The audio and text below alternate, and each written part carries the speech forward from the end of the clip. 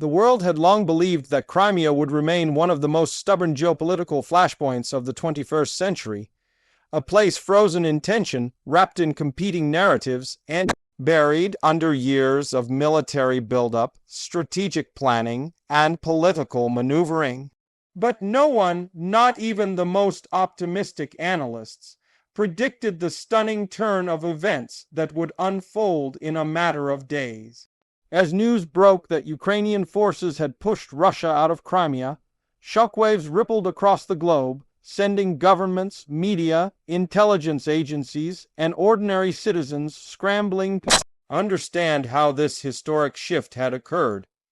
This moment did not simply reshape a battlefield. It shifted the balance of global power and altered the course of modern history. For years, analysts had speculated about when or if Ukraine would attempt to retake Crimea. Many believed such an operation was nearly impossible. Russia had poured billions into the militarization of the peninsula, reinforcing every coast, mountain pass, airbase, and strategic route. Sevastopol, the crown jewel of Russia's Black Sea Fleet, was seen as impenetrable, a naval fortress locked behind layers of missile defenses, surveillance radars, and hardened command centers. But while the world assumed Ukraine lacked the capability to challenge such fortified positions, Ukraine had been quietly reshaping its military, adopting Western technology, studying Russia's weaknesses, and preparing for a moment that would rewrite the map. What shocked global observers even more was the speed at which the operation unfolded. Intelligence agencies initially dismissed early reports as exaggerated or mistaken, assuming Ukraine was conducting limited raids or reconnaissance missions. But within hours, satellite imagery, intercepted communications, and eyewitness accounts confirmed the unthinkable. Ukrainian forces had launched a coordinated ground, air, cyber, and naval campaign, targeting the heart of Russian presence in Crimea. This was not a probing attack. It was a decisive, meticulously planned liberation offensive. At the center of this historic campaign was Ukraine's newly upgraded long-range strike capability, backed by advanced Western technology that had quietly transformed the battlefield. Precision weapons disabled Russian air defenses within minutes, blinding radar networks and crippling communication hubs. Cyber units simultaneously penetrated Russian command systems, disrupting logistics, navigation, and coordination. Russian officers later reported that for several crucial hours, they were effectively operating without a functional chain of command. That window of chaos became the opening Ukraine needed. As Ukrainian mechanized brigades advanced rapidly into northern Crimea, local resistance movements and underground partisans emerged from the shadows. For years, many Crimeans had quietly opposed Russian rule, but they had remained silent under heavy surveillance and intimidation. Now, as Ukrainian drones filled the skies and Russian positions began to collapse, thousands of civilians started guiding Ukrainian units, providing intelligence, marking Russian ammunition depots, and even sabotaging transport routes. Suddenly, a peninsula once thought to be locked under Russian control began turning from within. What stunned global observers further was the collapse of several elite Russian units, long advertised as some of the strongest formations in the world. But after years of attrition, supply shortages, internal corruption, and declining morale, these forces struggled to resist a Ukrainian army that had grown far more agile, technologically superior, and strategically innovative. Videos emerged showing Russian soldiers abandoning equipment as Ukrainian armored columns advanced. In some cases, Russian troops retreated to fortified bunkers, only to find their communications severed and ammunition depleted. While Ukrainian ground forces advanced from the north, a daring naval maneuver unfolded in the Black Sea. Using a combination of high-speed naval drones, stealthy missile boats, and long-range anti-ship weapons, Ukraine managed to push Russian vessels away from key access routes. The once dominant Black Sea Fleet was forced to abandon several positions, losing strategic control it had maintained for years. International analysts describe the operation as one of the most sophisticated asymmetric naval victories in modern history, achieved without a traditional navy but through innovation and precision. Technology.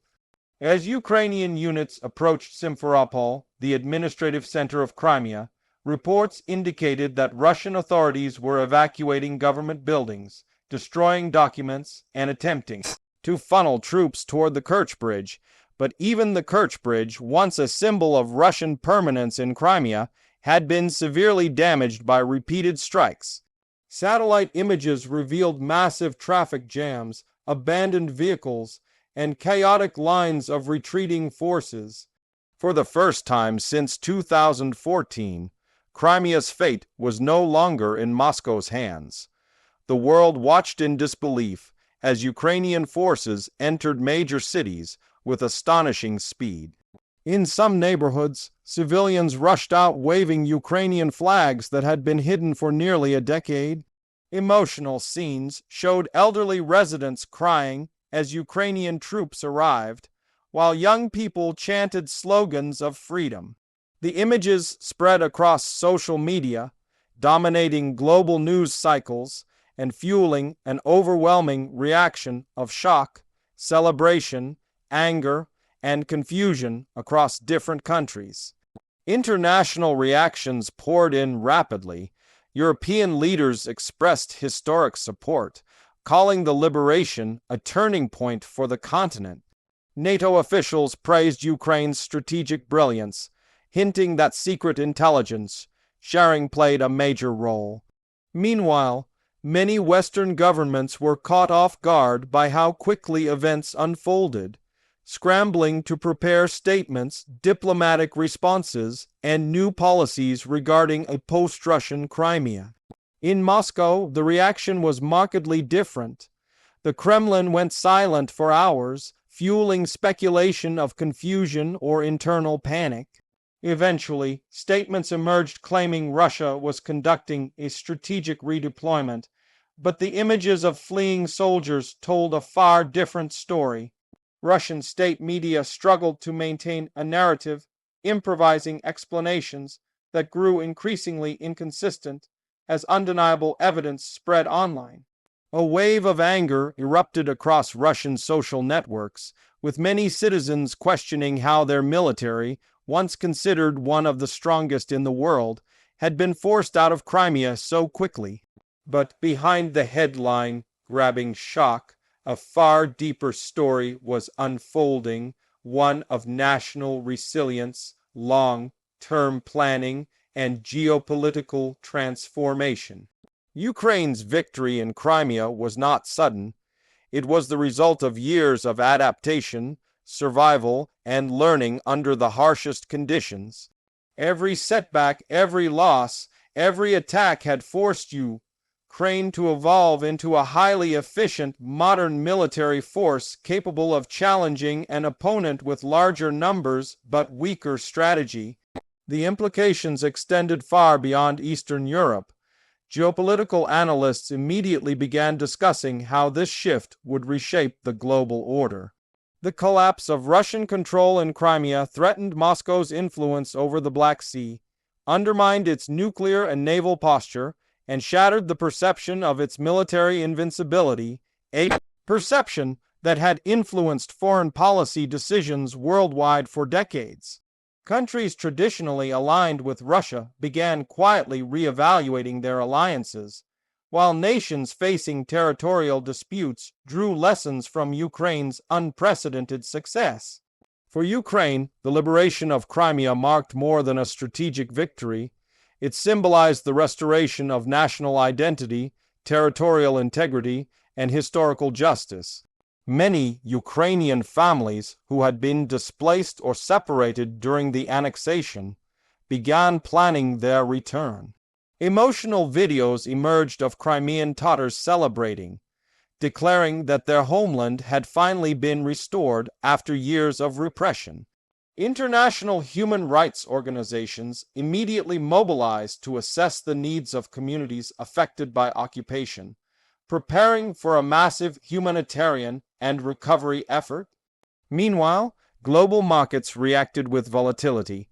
Oil and gas prices swung wildly as traders tried to assess the consequences of Russia's weakened geopolitical position. Defense industries surged as governments reconsidered their military strategies. Stock markets in several countries experienced sharp fluctuations driven by uncertainty, while cybersecurity firms reported a spike in Russian cyber retaliation attempts across Europe and North America. As the situation continued to evolve, Ukraine made a strategic decision that further stunned the world. Instead of retaliating harshly or seeking revenge, it announced a plan for a structured, internationally monitored reintegration of Crimea. Ukrainian officials emphasized that the return of Crimea would be based on rule of law, protection of all communities, and stability for civilians regardless of their political views. This unexpected approach earned praise worldwide and added another layer of complexity to the unfolding geopolitical narrative. Even after the initial shock, global news networks continued running non-stop coverage. Analysts debated possible Russian countermeasures, and governments held emergency meetings to reassess security strategies. But one thing was certain: the map had changed, history had shifted, and a new chapter had begun. Crimea was no longer a symbol of frozen conflict. It had become the symbol of one of the most astonishing military and geopolitical reversals of the century. As days passed, more details about the operation emerged, revealing just how deeply Ukraine had prepared. Engineers had secretly built mobile bridges to cross water obstacles, drone pilots had practiced complex swarm tactics for months, and intelligence officers had mapped every Russian command node across the peninsula. Western advisors later described the operation as a masterpiece of modern hybrid warfare, blending technology, human intelligence, cyber capabilities, and psychological operations into a seamless campaign.